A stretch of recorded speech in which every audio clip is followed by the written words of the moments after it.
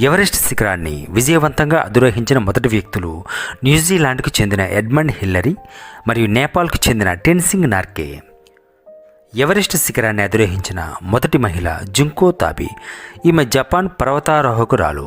ఈమె మే 16, 1975న ఈ శిఖరాన్ని చేరుకున్నారు. అంతేకాకుండా ఈమె 7 శిఖరాలను అధిరోహించిన మొదటి మహిళగా కూడా పేరుగాంచారు. ప్రతి ఖండంలోని ఎత్తైన శిఖరాన్ని ఈమె అధిరోహించారు. సంతోష్ యాదవ్ ఒక భారతీయ పర్వతారోహకురాలు.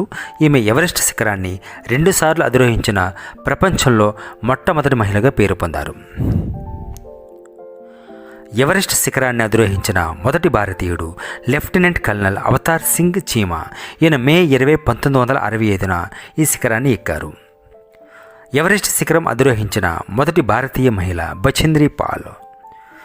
ఎవరెస్ట్ శిఖరాన్ని 2 సార్లు అధిరోహించిన మొదటి భారతీయుడు నవాంగ్ గోంబ్ షెర్పా. ఇతను 1963లో అమెరికన్ బృందంలో భాగంగాను మరియు 1965లో ఇండియన్ ఎవరెస్ట్ ఎక్స్పెడిషన్లో భాగంగా ఈ ఘనతను సాధించారు. ఫుడోర్జీ షెర్పా. ఈయన 1984లో సప్లిమెంటల్ ఆక్సిజన్ ఉపయోగించకుండా ఎవరెస్ట్ శిఖరాన్ని అధిరోహించిన మొదటి భారతీయుడు.